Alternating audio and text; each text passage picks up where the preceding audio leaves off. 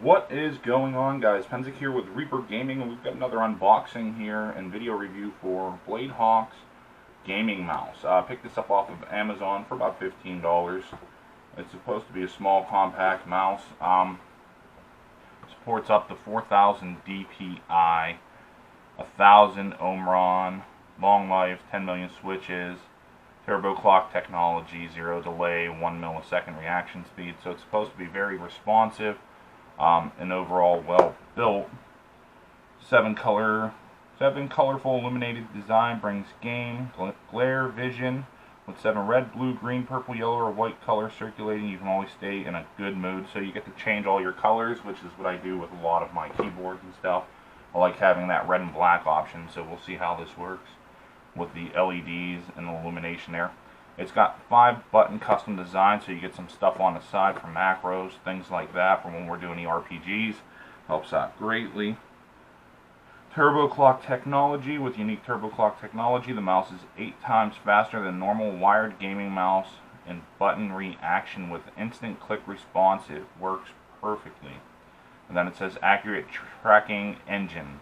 Blade Hawk GM-X5 colorful illuminated gaming mouse utilizes accurate tracking engine, which makes it easily fit the glossy surface in different material and provided accurate cursor control. Which, like on my laminated desktop here, you can see it's got pits and stuff like that starting from use. It should pick up well what they're saying, so we'll see how well it works. Package contents include 1 mouse, 1 user guide, system and hardware requirements. Looks like Windows XP and up, anything for Mac, Mac OS 10.2. So we'll pull this open here, see how well it looks. The box is pretty decent. Like I said, I snagged this off of Amazon for $15, free shipping since I'm a Prime member. I'll leave a link down in the description below here. But you know, overall quality of the external packaging so far is pretty good. Let's go see how it's packaged internally. So it's got a little plastic wrap there for the box. There's our user manual. Pull the mouse out. Plastic protection. Little plastic wrap. Alright, now my first concern was the size of the mouse. It looks pretty small in the images, so when I was looking at it, I thought it would be kind of tiny there. It's actually quite long in my hand, which is actually extremely good, because some of the mice, when you do like standard stuff like these, like the small Logitechs, they're kind of tiny on my hands. I don't like these. Ethan loves them. He's small. He can use the crap out of them. But this one is at least pretty decently sized here. Overall weight isn't too bad. It's got the braided cable here for the USB plug and a Velcro retention strap. Let's get that off. So we're going to open that up. Alright, so I'm going to say it's a 6-foot cord. I'm 6'6", it's almost the full stretch there. Design is actually, it's not too bad. I wish it was a little bit thicker. I wish it was a little wider. The other one I've been using here sits a little bit wider, so I can spread out a little bit. This one seems a little narrower, a little more compact, so it's a little skinnier than I would prefer. And then the buttons themselves, feels like if you click pretty much anywhere, even if you want it to side press, it's just a little bit of pressure, and it's a quick responsive click there. There's not much travel. You can feel the click. We'll do it at the very tip over here. Back. So pretty much throughout any face above, I'm assuming this is the speed button, looks like it can click pretty well. Mouse wheel spin seems pretty decent. Nice click. G1, G2, G3, G4. That all feels pretty decent. Let's plug it in. Get it lit up. Let's see what some of the color options are here. Find my USB port on my computer. There we go. Alright, so right now it's going under setup. Let's pull it open the instructions and see what's going on here. Alright, braided cable, resist abrasion, turbo, click button left and right, roll wheel, bearing light, middle button, the programmable side button G3. So we've got G1, G2, G3, G4. The tracking engine shown on the bottom, durable foot pads. Other programmable buttons. Oh, we love the buttons. Connect. So, quick connect guide. Connect the mouse to an available USB port on your computer. You can see the color illumination coming from the front and side top cover of the mouse. Red light consumed. Red light comes from the tracking engines on the bottom of the mouse. And then it looks like, so we've got some. Here is our, I think that is our adjustment for our DPI. Let's go find out. It looks like it has drivers as well. Alright, so let's get these all installed. Get this pulled up here. And let's see what we can get done. Alright guys, so I've got it installed on the computer. I plugged it into one of the rear ports here. I went over to Blade Hawks, and let me get this drop down once here.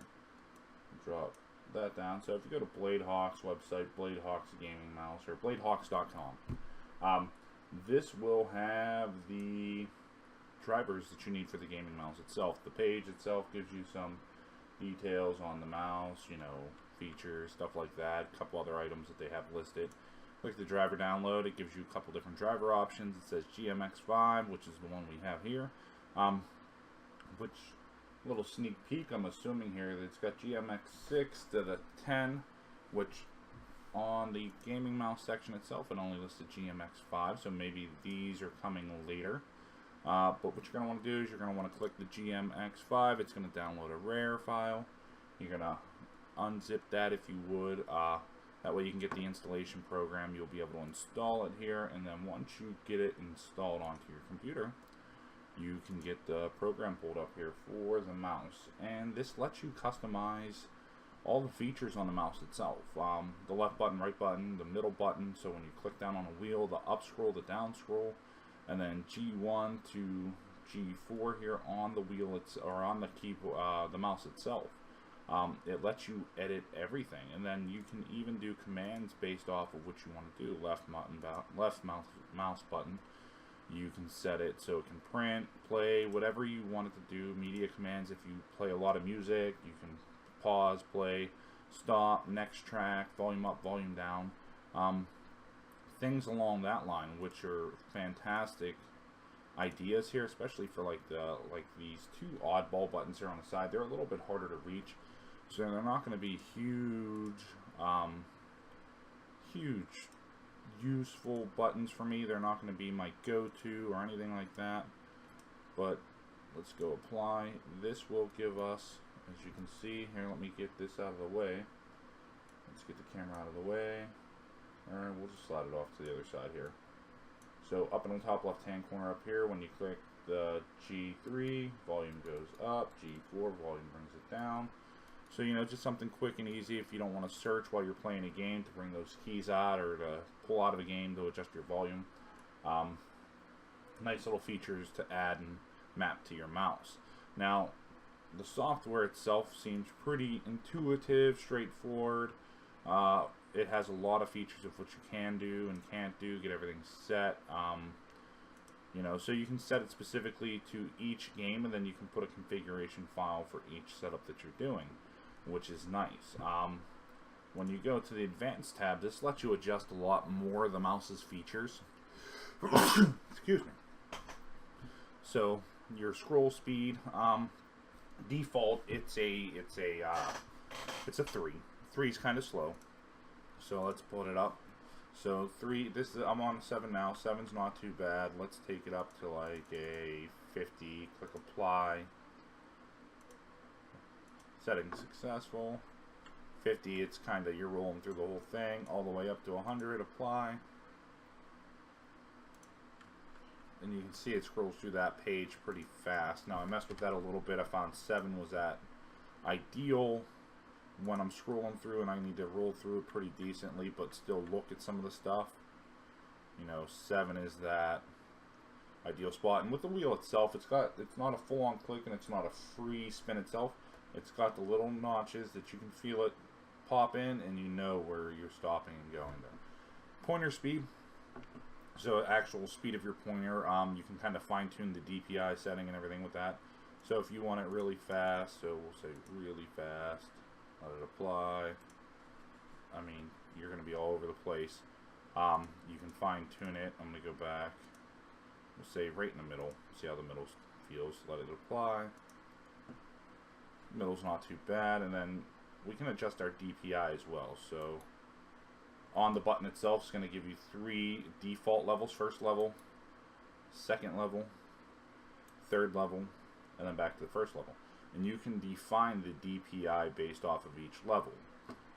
So if you're shooter and you want that DPI way up there, so say you want your third level to be the max at 4,000, let it apply. And as you can see, you know, this is all over the place. If you're that good, I mean, props to you. If you wanted to slow it down so you get more precision, pinpoint, whatever, let it apply. And you're going to have some, and it takes a while to get there. As you guys can see, it's a lot of movement for that travel. So it just depends on what you want. And like I said, you can fly and click through manually with that middle button there to go through your settings.